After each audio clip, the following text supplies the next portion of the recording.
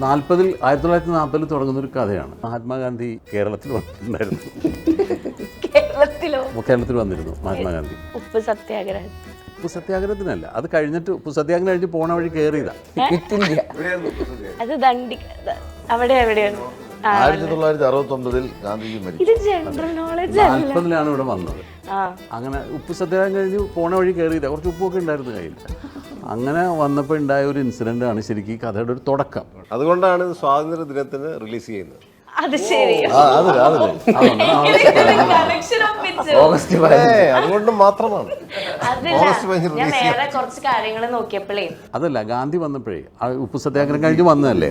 ഗാന്ധിജി വന്നപ്പോൾ ഉപ്പ് ഒരു കിഴിയിലാക്കി എടുത്തിരുന്നു. അങ്ങനെ നുണക്കിഴി എന്നാണ് ഈ പടത്തിന് ആദ്യം പേരിട്ടത്. നുണക്കിഴി. അങ്ങനെ പിന്നെ ഈ പോസ്റ്റർ എഴുതിയപ്പോൾ ചെറിയ മിസ്റ്റേക്ക് വന്നു പോയതാണ് നുണക്കിഴി. അങ്ങനെയാണ് ഈ സിനിമ ഉണ്ടാവുന്നത്.